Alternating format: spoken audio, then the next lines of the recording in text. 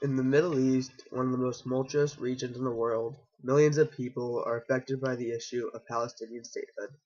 Hundreds of thousands of Palestinian citizens have been displaced and are in refugee camps. Israel has wrongly taken over Palestinian land.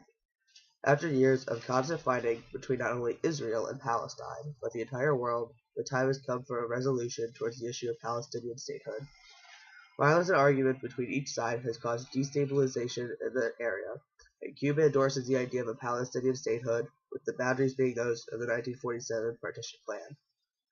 The issue began with the 1947 partition plan, which divided the former British Palestinian Mandate into Israel and a future Arab state, Palestine. Israel later acquired Palestinian lands during 1948 and 1967 during the Six-Day War.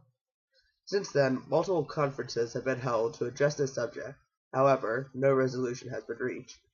The failure to reach a conclusion and the continuation of Israel taking Palestinian lands is an infringement of fundamental human rights. People are being forced to flee and live in refugee camps, and if Israel continues to take over Palestinian land, Palestine as a country and culture will be destroyed. Recently, numerous conferences and acts, the Madrid Conference, the Oslo Accords, the Camp David Summit, the Annapolis Conference, and talks between Israel and Palestine have occurred. Despite these meetings and proposed solutions, no concrete action has been taken.